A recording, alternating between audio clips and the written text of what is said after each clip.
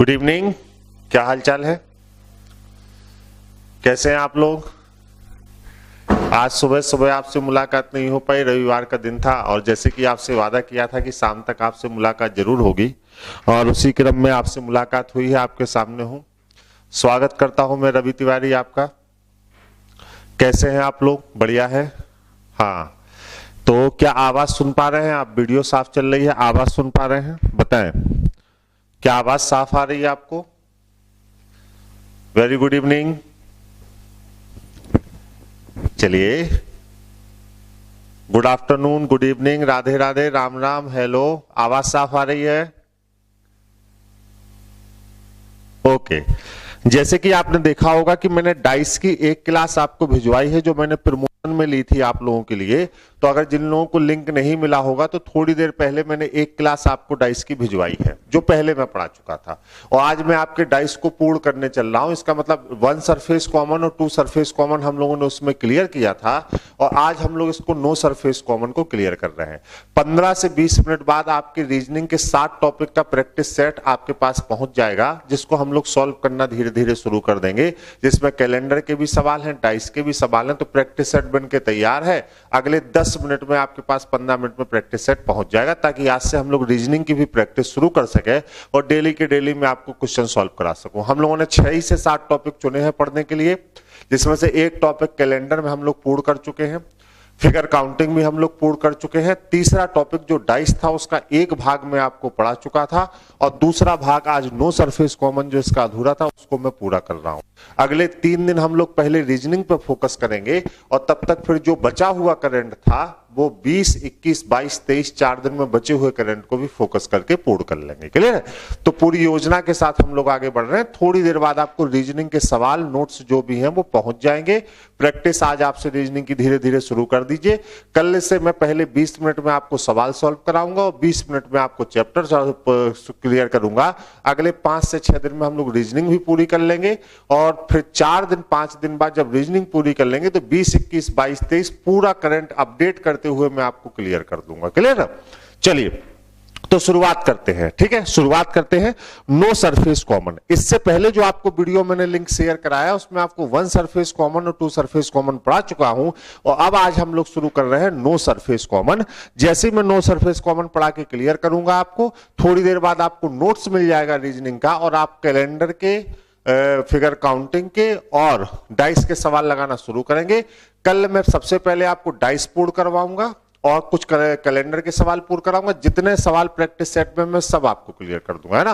Practice set 7 से 8, 10 पढ़ने का प्रैक्टिस सेट है। प्रत्येक टॉपिक से 20 से 25 सवाल है, आप उसका पीडीएफ ले लेंगे। क्लियर है ना?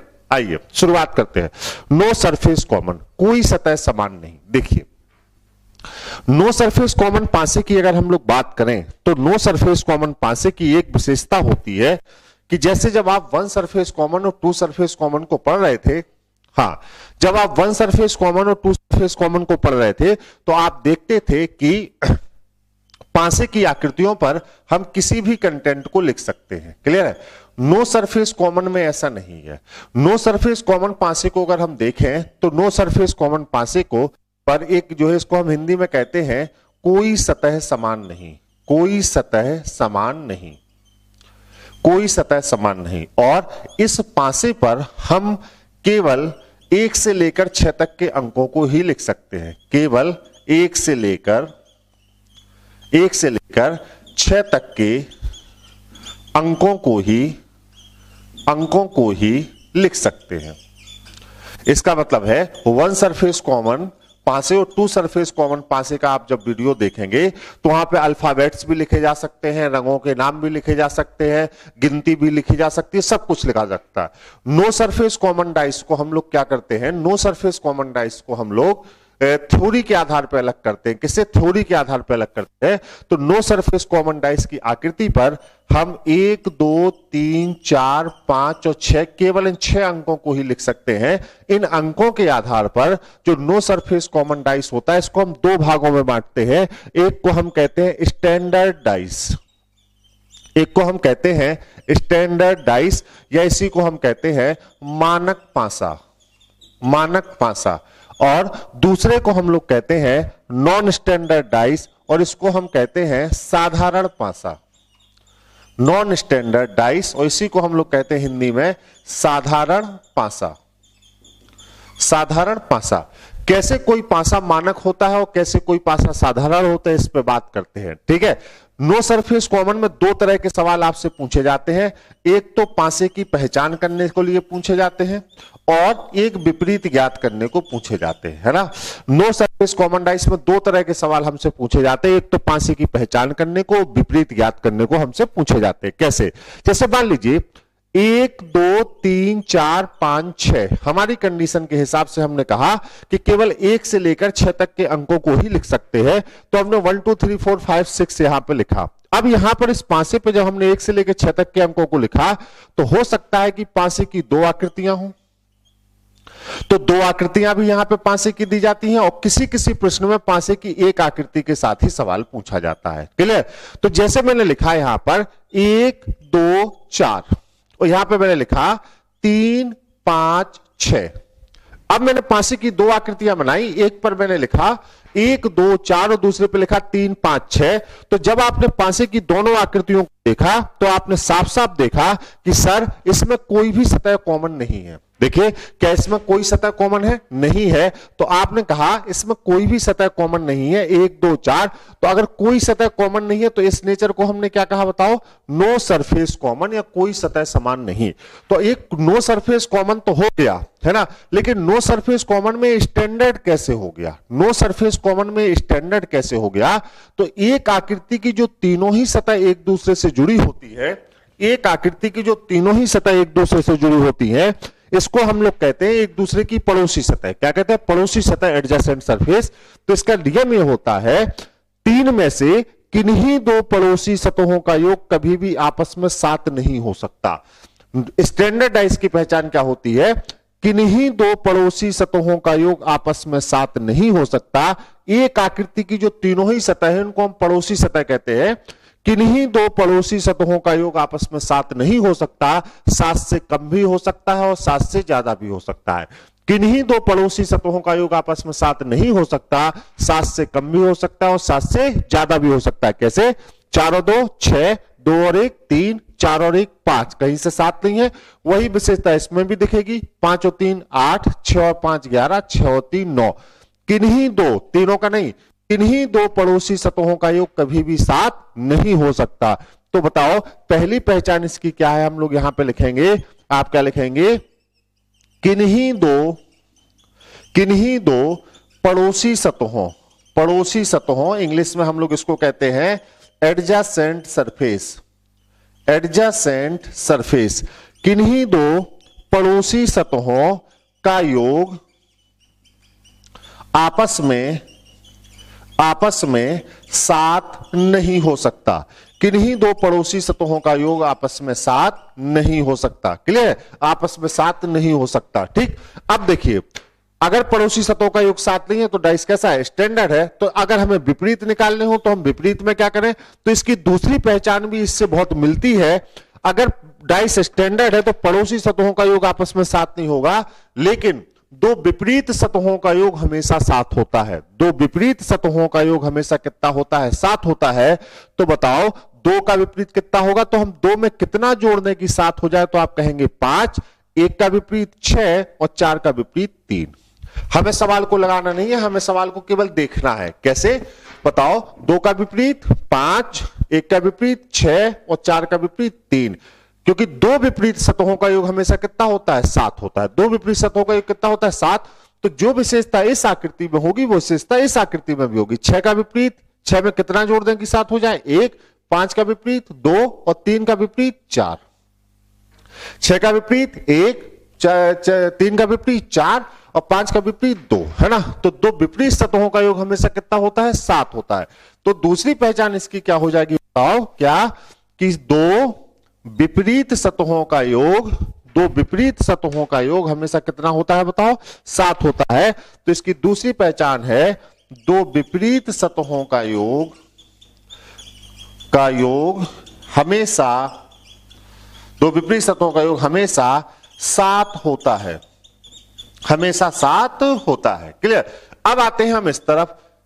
तो ये तो इसकी पहचान हो गई। अगर नॉन स्टैंडर्ड डाइस, अब जैसे मान लीजिए अगर प्रश्न एक ही आकृति के साथ दिया गया हो, जैसे मैंने लिखा 6, 3 और 5, है ना, या मैंने लिखा 6, 3 और 2।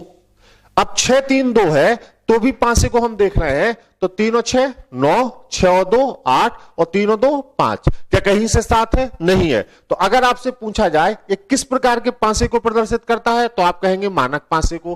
किस प्रकार के 5 को प्रदर्शित करता है? मानक 5 को। क्लियर? कैसा डाइस है? स्टैंडर्ड।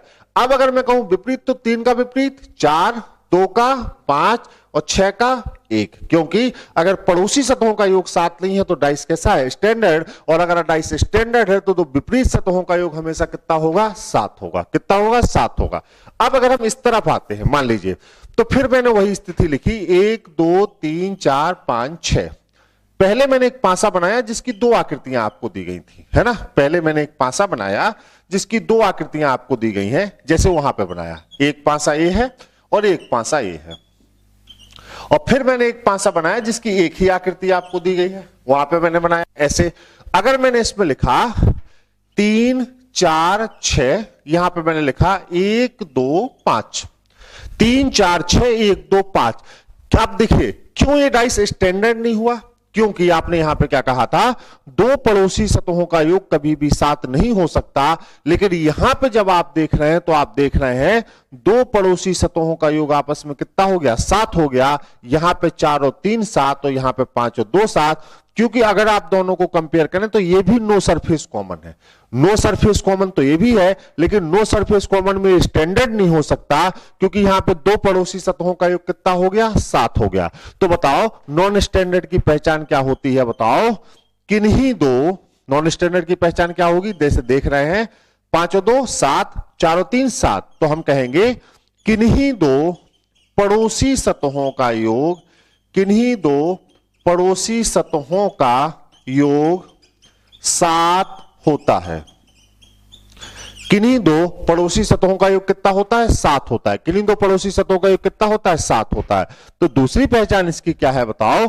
अब अगर हम विपरीत की बात करें, जैसे देखिए यहां पे 4 और 3 7 और 5 और 2 7, अगर हम विपरीत की बात करें तो हमेशा याद रखिए नॉन स्टैंडर्ड डाइस में कभी भी कोई अकेली सतह किसी सतह की विपरीत नहीं होती। नॉन स्टैंडर्ड डाइस में कभी भी कोई अकेली सतह किसी सतह की विपरीत नहीं होती, बल्कि वह तीनों ही सतह विपरीत होती हैं जो हमें दिखाई नहीं देती। नॉन स्टैंडर्ड डाइस में कभी भी कोई अकेली सतह विपरीत नहीं होती, बल्कि वह तीनों ही सतह विपरीत होती हैं जो हमें उस आकृति में दिखाई नहीं दे रही हैं। जैसे मैं आपसे कहूं 4 का विपरीत, तो कोई एक सतह विपरीत नहीं होगी। हमारे पास कोई निश्चित नियम ही नहीं है कि किसी एक सतह को हम विपरीत तय कर सकें। तो बताइए 1 से लेकर 6 तक की गिनती में तीनों में कौन सी सतह नहीं, 3 गिनतियां नहीं दिखाई दे रही? तो आपको लिखना पड़ेगा या तो 1 होगा, या तो 2 होगा, या तो 5 होगा। अगर मैं कहूं 3 का विपरीत तो आप कहेंगे 1 2 या तो 5, या 6 का विपरीत 1 2 या तो 5 होगा। अब आप देखिए अगर मैं इसमें आऊं तो सेम प्रोसेस में है। अगर मैं कहूं 1 का विपरीत तो इस आकृति में कौन सी 3 सतह नहीं दिखाई दे रही? तो आप कहेंगे या तो 4 होगा, या तो 3 होगा, या तो 6 होगा। 5 का विपरीत 4 3 6 और 2 का विपरीत 4 3 6। तो याद रखिए नॉन स्टैंडर्ड डाइस में कोई अकेली सतह किसी सतह की विपरीत नहीं होती, बल्कि वह तीनों ही सतह विपरीत होती हैं जो हमें दिखाई नहीं दे रही हैं, जो हमें दिखाई नहीं दे रही हैं। आइए अगर मान लीजिए एक पासे की आकृति के साथ एक प्रश्न दिया गया हो तो हम क्या करेंगे? देखिए जैसे यहां पे लिखा मैंने 1 6 4। मान लीजिए प्रश्न एक ही आकृति के साथ दिया गया है 1 6 4 मान लीजिए। अब अगर आप देखिए अगर 1 6 4 एक ही आकृति के साथ दिया गया है तो इसका मतलब क्या हो गया? 6 और 1 7, 4 और 1 5, 6 और 4 10। तो जैसे ये 6 और 1 7 हुआ तो ये डाइस कैसा हो गया? नॉन स्टैंडर्ड हो गया। कैसा हो गया? नॉन स्टैंडर्ड हो गया। अगर मैं आपसे कहूं कि 1 का विपरीत क्या होगा, तो अब आप देखिए अगर नॉन स्टैंडर्ड है तो 1 का विपरीत का मतलब वो तीनों ही सतह विपरीत होगी जो हमें इस आकृति में दिखाई नहीं दे रही हैं। कौन कौन सी सतह नहीं दिखाई दे रही है बताओ? तो आप कहेंगे या तो सर 2 होगा, है ना, या तो आप कहेंगे सर या तो 2 होगा, या तो 3 होगा, या तो 5 होगा। 4 का विपरीत 2 3 5, 6 का विपरीत 2 3 5, है ना, या तो 2 होगा, या तो 3 होगा, या तो 5 होगा। तो अब हम यहां लिख सकते हैं विपरीत के लिए वह तीनों ही सतह विपरीत होती हैं, वह तीनों ही सतह विपरीत होती हैं जो हमें दिखाई नहीं देती। वह तीनों ही सतह विपरीत होती हैं जो हमें दिखाई नहीं देती। वह तीनों ही सतह विपरीत होती हैं जो हमें दिखाई नहीं देती। क्लियर? अब अगर हम पूरे नो सरफेस कॉमन को एक साथ देखें तो नो सरफेस कॉमन डाइस की एक विशेषता, यहां पासे की दो आकृतियां भी दी जा सकती हैं और एक आकृतियां भी दी जा सकती है। क्लियर है? हाँ, अब यहां पे केवल 1 से लेकर 6 तक के अंकों को ही लिखा जा सकता है, इसके अलावा कोई भी कंटेंट नहीं लिखा जा सकता। इन अंकों के आधार पर हम इस पासे को कितने भाग में बांटते हैं? 2 भागों में। एक को हम कहते हैं स्टैंडर्ड और एक को हम क्या कहते हैं बताओ? नॉन स्टैंडर्ड कहते हैं। स्टैंडर्ड डाइस की दो पहचान क्या? किन्हीं दो पड़ोसी सतहों का योग कभी भी 7 नहीं होता, आपस में 7 से कम भी हो सकता है और 7 से ज्यादा। और दूसरी पहचान क्या है? दो विपरीत सतहों का योग हमेशा कितना होता है? 7 होता है। नॉन स्टैंडर्ड डाइस की पहचान क्या है? किन्हीं दो पड़ोसी सतहों का योग 7 होता है ना? और विपरीत, वह तीनों ही सतह विपरीत होती हैं जो हमें दिखाई नहीं दे रही हैं। वह तीनों ही सतह विपरीत होती हैं जो हमें दिखाई नहीं दे रही हैं। आइए अब आप बताइए, क्या ये बात आपको क्लियर हुई कि नहीं हुई? बताएं, क्या इतनी बात आपको क्लियर है? क्लियर करें। यहां तक की बात आपको स्पष्ट हुई? क्लियर बताइए। चलिए, वीडियो नॉट क्लियर, अगर वीडियो क्लियर नहीं है तो थोड़ी देर में वीडियो आपको भेज दिया जाएगा। अगर वीडियो क्लियर नहीं है तो वीडियो थोड़ी देर में आपको भेज दिया जाएगा, चिंता मत करें। ओके, वीडियो आपको थोड़ी देर में भेज दिया जाएगा, चिंता मत करें। अगर वीडियो क्लियर नहीं है तो वीडियो आपको भेजते हैं। आइए,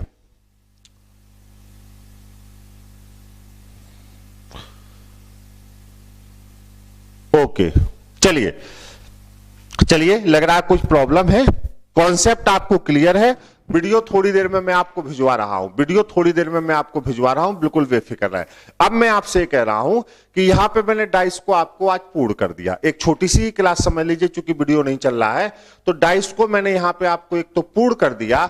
थोड़ी देर में आपके पास प्रैक्टिस सेट डाइस का पहुंच रहा है। क्लियर? तो आपको डाइस और कैलेंडर दोनों को सॉल्व करना है। कल मैं आपको पासे और कैलेंडर के प्रश्नों को सॉल्व कराऊंगा बारी बारी से। 10 मिनट में आपको रीजनिंग का प्रैक्टिस सेट में भिजवा रहा हूं। एक बात, आज आप डाइस भी सॉल्व कर लें और पासा भी सॉल्व कर लें। क्लियर? सॉरी, डाइस भी सॉल्व कर लें और कैलेंडर भी सॉल्व कर लें। क्लियर?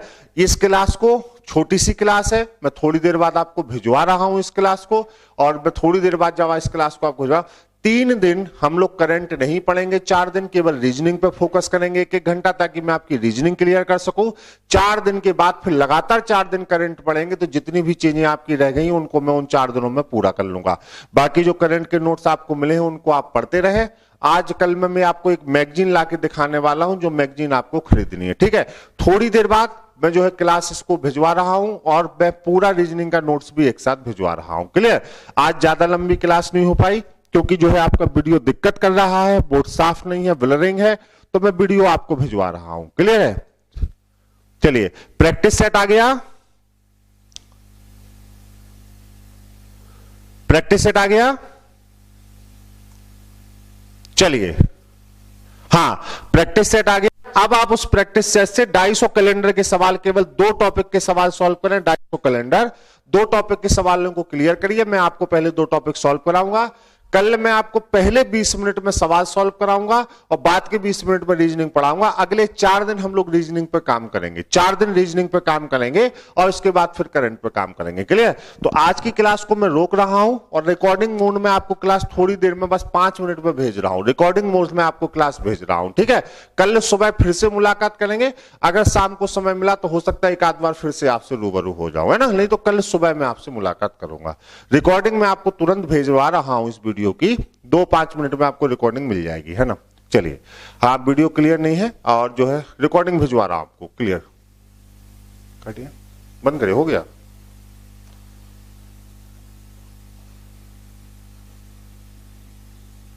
बच्चे